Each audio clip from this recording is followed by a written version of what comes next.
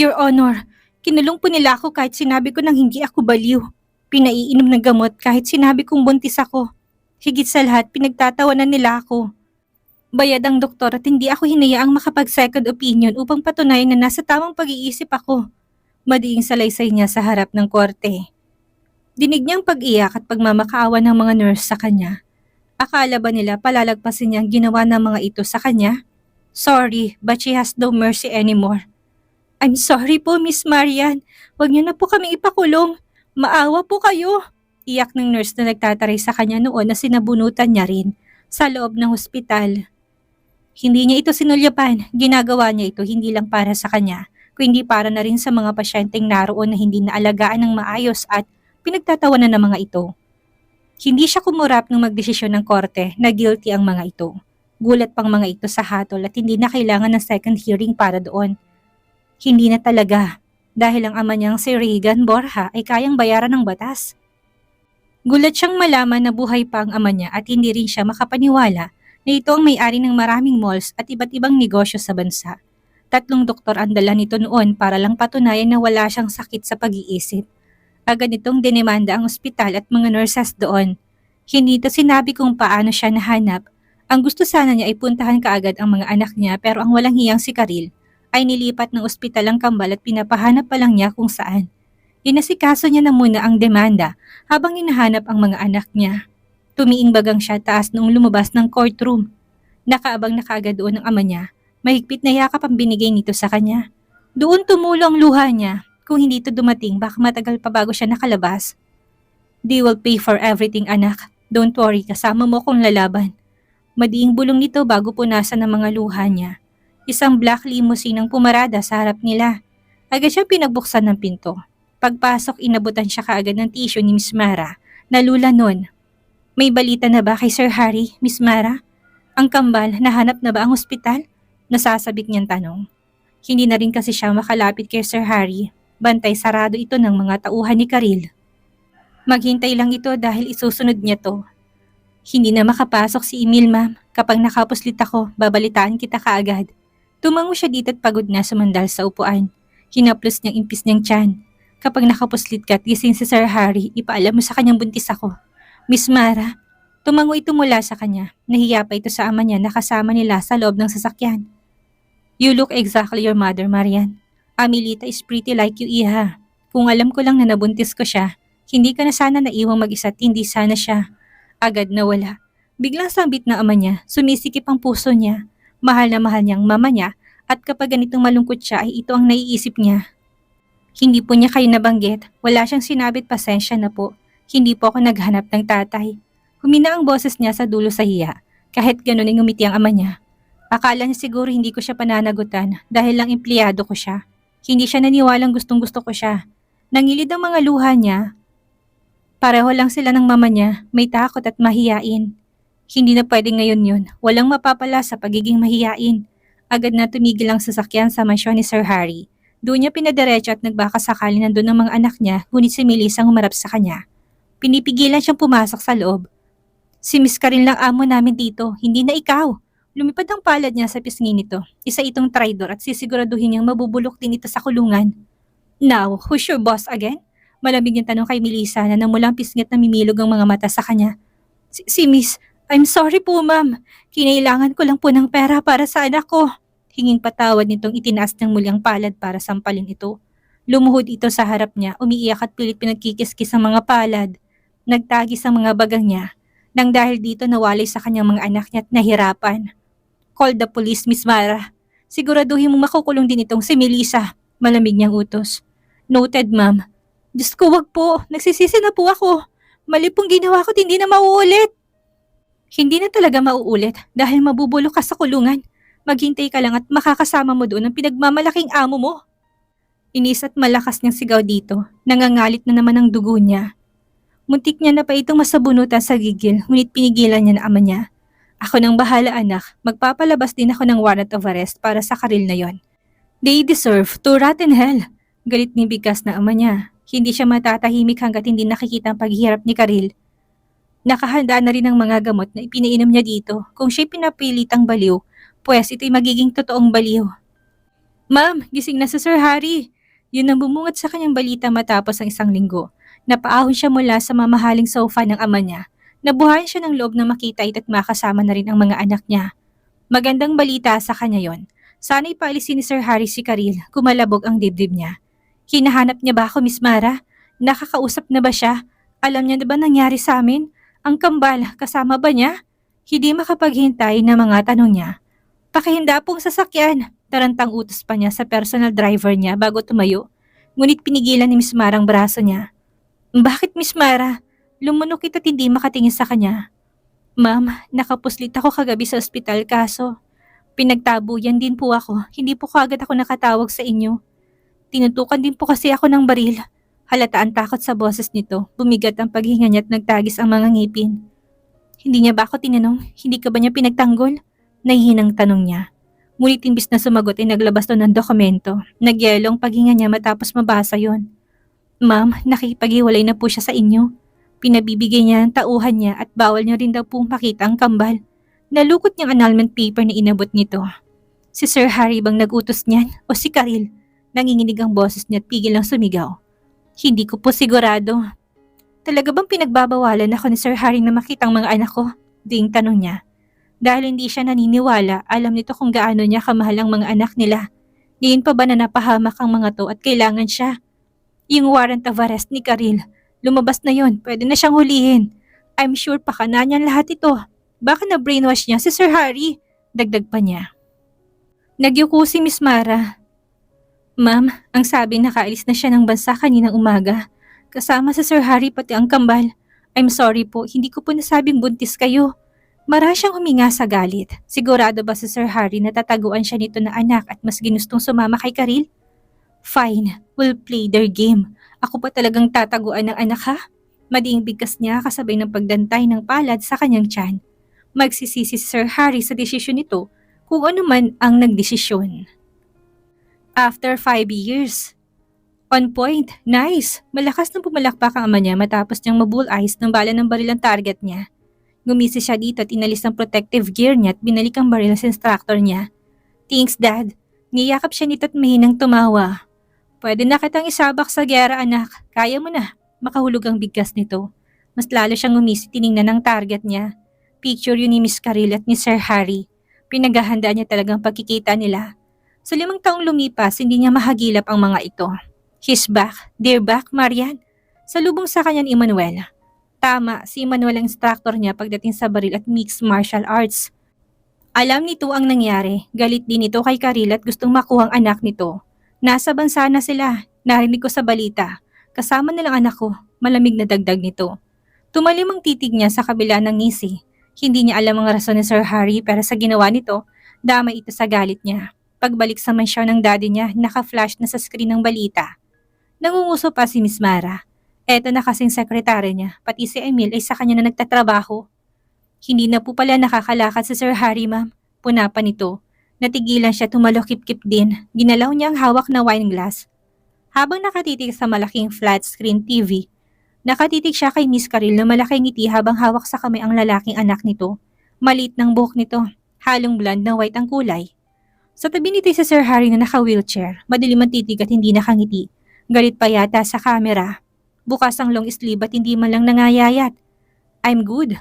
Malamig at tipid nitong sagot sa reporter. Hinanap ng mga mata niyang kambal, ngunit wala, malamang ayaw ilabas na Sir Harry. We're getting married for our baby. Hagikik na balita ni Miss Karil kasabi ng taas na kami upang ipakita ang diamanting singsing. Sabay sila ni Miss Mara na napatawa dahil doon. Ipapaako talaga nito sa asawa niya anak ni Emmanuel. Mangarap ka, Miss Karil. Insultong sambit ni Miss Mara. Napailing siyang natatawa bago sumimsim ng alak. Akala ba nito mapapakasalan nito sa Sir Harry? Akala namang ito'y pinirmahan niyang annulment. Hindi mangyayari yon. Kukunin niya pang mga anak niya. I have set an appointment with that Roosevelt Iha. Ikaw na kumausap. Kukunin ko supplier ang kumpanya niya para sa bagong mall na ipapatayo ko. Play your game. Kumindat pang ama niya sa kanya, maliit siyang nangusot muling tumitig sa ama ng mga anak niya. Para naman itong pinagsakluban ng langit. Invite them to your upcoming birthday. Dagdag ng ama niya, ngumisi siya at sumimsi muli sa alak. Kinabukasan lang ay kagad siyang nag-ayos, kinulot niyang buhok niyang balayads ang kulay. Inayos niya pa ang iilang pirasong bangs bago pinasadahan ng maroon lipstick ang labi.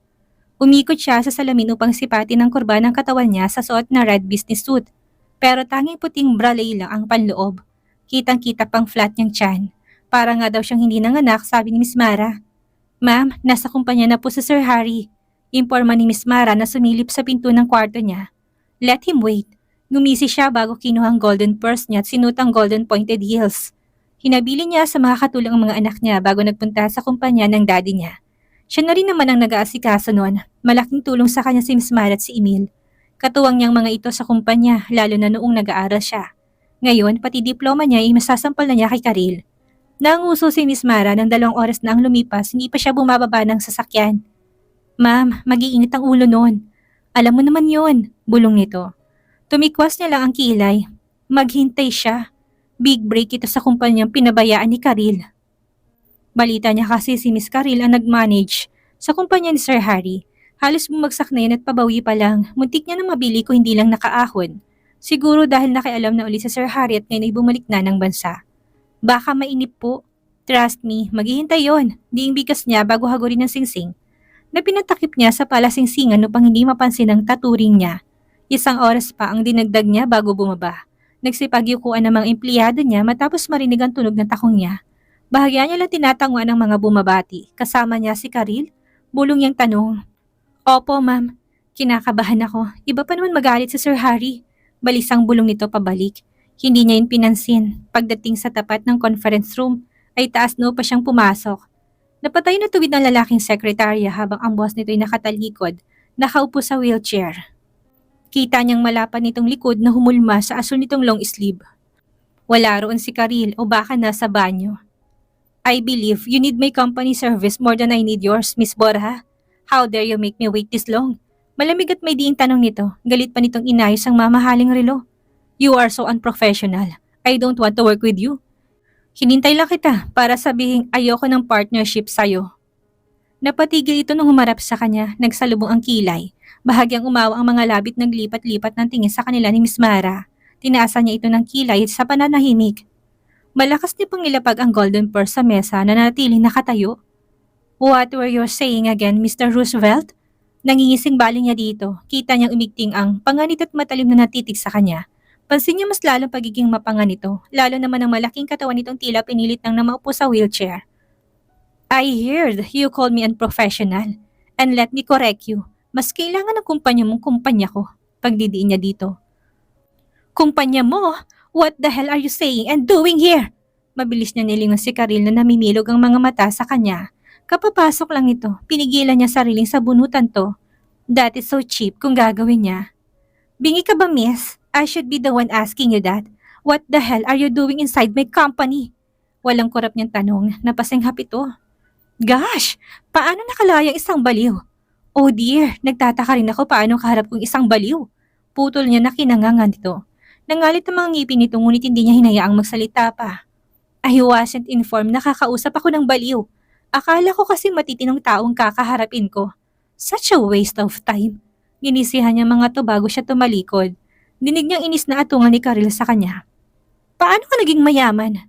Tamang hinala ko, pinagpalit mo sa matandang mayaman si Harry. Wala kang puso, nilason at inimam pang mga anak mo.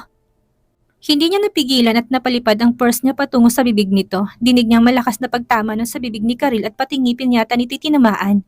Gulat ito't natakpan ang bibig na bahagyang dumugo. Antigas ba naman ang purse niyang ginto? How dare you! Galit at nanginginig na sigaw nito, bumali pa ito kay Harry. Harry! Hinging tulong nito, umirap siya dito. Oh, sorry dear. Dumulas lang sa kamay ko. Ang pangit kasi ng bibig mo. Kailangan ng design ng pamamaga. Nalisik ang titig nito sa kanya habang si Sir Harry ay naliliit ang titig. Pigil ng sekretary ang pagtawa habang si Miss Mara ay tikom ang bibig. Buisit ka! Nagkapera ka lang pero wala ka pa ring class! Inis pa itong nagmarcha palabas. Bye! Insultong bulong niya pa dito na lalo nitong kinadabog. Patawa pa lang siya, ngunit nasalubong na niya seryosong titig ni Sir Harry. Umayos tuloy siya ng tayo. If you don't want to continue the partnership, you may go, Mr. Roosevelt. Malamig yung sambit. Gumalaw ang panga nito, kinausad ng wheelchair hanggang makalapit sa kanya. So, you got yourself a sugar daddy. Inasawa mo si Mr. Regan Borja. Insultong tanong nito, kinurot ang puso niya. Naniwala naman ito, nilunok niyang inis at kinalkal ang invitation para sa birthday niya. Yes, and so? He's better than you. Sagot niya na lalong kinatalim ng titig nito. Baliwala siyang dumukwang upang maabot ang tenga nito. Anyway, I love to see you on my birthday. Baka gusto mong makilala ang sugar daddy ko.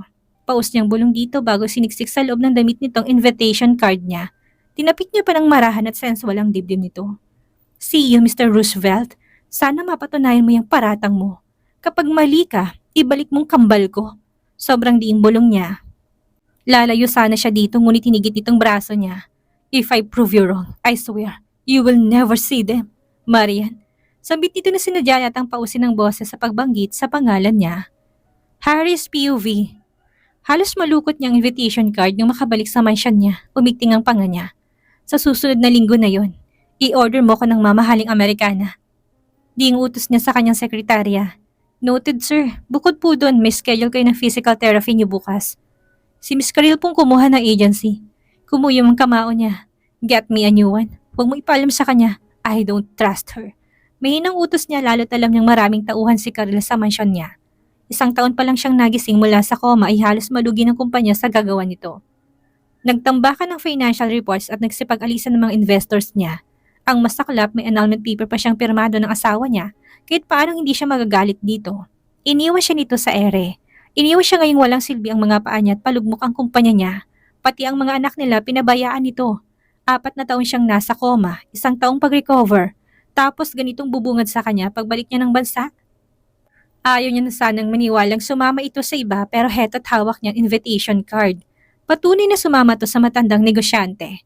Pinokus niya sarili kinabukasan sa therapy niya. Isang lalaking therapist ang nandoon. Pinalitan mong therapist na kinuha ko? Inis na bungad ni Karil sa kanya pagpasok sa bahay niya. Malamig niya itong tinignan. Bakit nandito? Hindi kita pinapapunta dito. Engage tayo, Harry! Wala akong maalalang nagpropose ako sa'yo, Karil. Isa pa, kasal pa ako. Hindi pa ako pumirma sa annulment na pinadala ni Marian. Umawang ang mga labi nito ngunit kagad na dumaan ang inis sa mukha. Bakit hindi pa? Ano pa bang hindi malinaw sa'yo, Harry? May iba na siya. Gusto niya ng lalaking walang diferensya at ang gusto'y matandang mayamang madaling mamatay. Hindi siya umimik. Pinaalis niya rin ang therapist sandali. Ipapacheck ko kung totoo ang pirma niya. Baka pineke lang o mas magandang itanong ko sa kanya. What do you think, Karil? Namutla ito bigla at umiwas ng tingin. Hindi na kailangan. Handa naman akong maghintay hanggang sa handa ka ng pumirma ng annulment niyo. Akong kakampi mo dito, Harry. Ako, hindi kita iniwan at hindi kita iiwan kahit na maging baldado ka pa. Madamdaming bigkas nito. Kumibot ang labi niya. Wala siyang maramdaman. Go home, Karil. May lakad ako sa susunod na linggo. Sasama ako. Hindi ako papayag na ikaw lang magpunta doon. Magpapasalon ako at babalik ako dito at sasama sa lakad mo na yan. Pamimilit nito. Pinaligitan lang niya ito ng tingin. Nagmarcha ito palabas ng bahay. Nasalubong pa ito ni Marlon. Mabilis na lumapit sa kanyang sekretary niya. Sir, dinig kong kumalat ang balitang nagising ka nung nasa bansa ka pa lang. Walang may alam na 4 na taon kang nasa coma. Maingat na bulong nito. Marahas siyang huminga at nagtagis ang mga ngipin. Sinasabi na nga ba niyang may mali sa pangyayari, kaya nga ba galit si Ken at Ophel sa kanya? Pero totoo daw po sumama nga ang asawa niyo sa matandang Borja bago pa man kayo makalis ng bansa ni Miss Karil. Muling impormang bulong nito. Agad niya tinawagan ang kambal niyang anak dahil doon, nasa States ang mga to. Protektado ng 2 yaya at mga tauhan niya. Pinapalitan niya ang mga lumang nag-aalaga sa mga ito nung magising siya. I don't know, Manong. I don't care. Wala akong maalala. Galit ako sa'yo at ayaw ko na sa kanya. Iniwan niya ako. Hindi siya bumalik. Nainis na sagot ni Ophel sa kanya. Sa lubong ang mga kilay nitong nagsa-cellphone sa sala at hindi tumitingin sa kanya. Kung dati hawig niya ito, ngayon nasa elementary na mas nagiging kamukha ito ng mama nito. Kanino siya sumama na umalis siya? Muling tanong niya sa anak. Inis itong sumulyap sa kanya. Magpa 5 years old lang ako noon. Tingin niyo po naalala ko pa, Mano? Ayaw ko na siyang makita. Pinabayaan niya kami ni Ken gaya ng pagpapabaya mo. At huwag kayong umasa matatanggap ko siyang bruhang fiancé niyo. Never. Wait until I'm 18. Aalis ako dito. Sumikip ang dibdib niya. Hindi na siya ulit nito tinawag na daddy simula nang magising siya. Noong buo pa sila ay mahilig tong yumakap sa kanya pero ngayon ay halos estranghero na siyang tinuring nito. Mas malambing pa ito sa yaya nito. Don't you even dare, Ophelia. Bumalik ka sa harap ng screen. Madiing utos niya nang magmarcha ito paalis. Kennedy, yung kapatid mo nagsusungay na. Niritang sambit niya sa anak na lumitaw sa screen. Ito ang carbon copy niya. Batang version niya at sa luwang panglangkilay na baka kaugali niya. Malamig din tong tumitig. Hindi ko masisisi si Ophel, Dad. Nagtatampo siya kay Mama at galit siya sa'yo. Alam niyo naman pinagbuhatan siya ng kamay ni Karil. Hindi ko rin maalala kung paano umalis si Mama. Ang alam ko lang, umiiyak siya at hindi na bumalik sa ospital. Kwento nito. Anong mangyayari ngayong puro kasinungalingan ang naitanim ni Karil sa utak ni Harry? Makuha't mabawi pa kaya ni Marian ang mga taong inagaw sa kanya ni Karil? Ano ang gagawin ni Harry kapag nalamang ang matandang lalaking kasama ni Marian ay ama't hindi sugar daddy tulad ng akusa nito sa kanya? Yan ang ating aalamin sa susunod nating kabanata.